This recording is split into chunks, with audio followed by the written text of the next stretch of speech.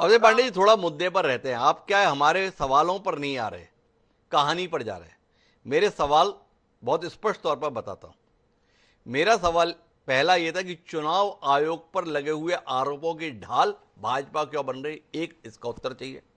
और जब ढाल बन रही है तो इसका उत्तर चाहिए कि आप चुनाव आयोग से क्यों नहीं पूछते कि सीआईडी ने 18 पत्र लिखे हैं वोट डिलीट के मामले पर, और जो जानकारी चाहिए है एक पारदर्शी लोकतांत्रिक व्यवस्था में, वो जानकारी सीआईडी जांच एजेंसी को उपलब्ध क्यों नहीं कराते।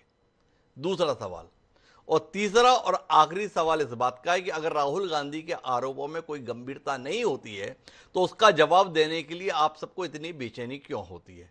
तीन सवाल थे मेरे, इन तीनों पर कोई क्रमबद्ध उत्तर आपके पास में है? मैं तीनों पर आ रहा हूं आपके। मैंने कहा कि लोकतंत्र के अंदर अगर किसी भी विषय की चर्चा होगी तो जो प्रमुख राजनीतिक दल है उनका भी मंतव्य आएगा और फैक्ट जनता के सामने, देश के सामने आएगा। आपके सवाल का जवाब नंबर एक।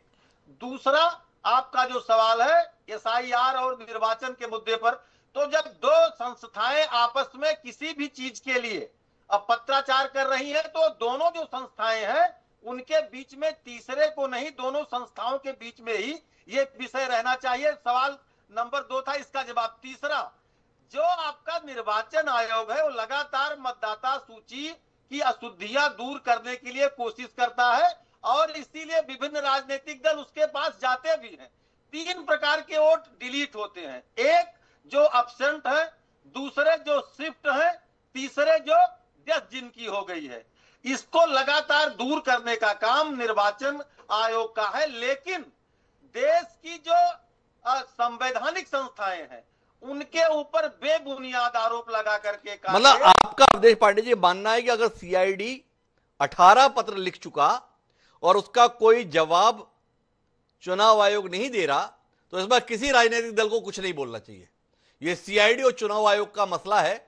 आप होते कौन है बीच में पूछने वाले, जानने वाले, बताने वाले? ऐसे आशय अवधेश पांडे जी? मेरा आशय यह है कि जब दो संस्थाएं काम कर रही हैं और यदि आप कोर्ट जाना चाहें तो कोर्ट का दरवाजा खुला है। आप बेवजह जो है संवैधानिक संस्थाओं पर आरोप लगाते हैं। मतलब आपका कहना है कि कोर्ट जा सकते हो, जनता के बीच नहीं जा सकते, देश के सम्मुख बात नहीं रख सकते।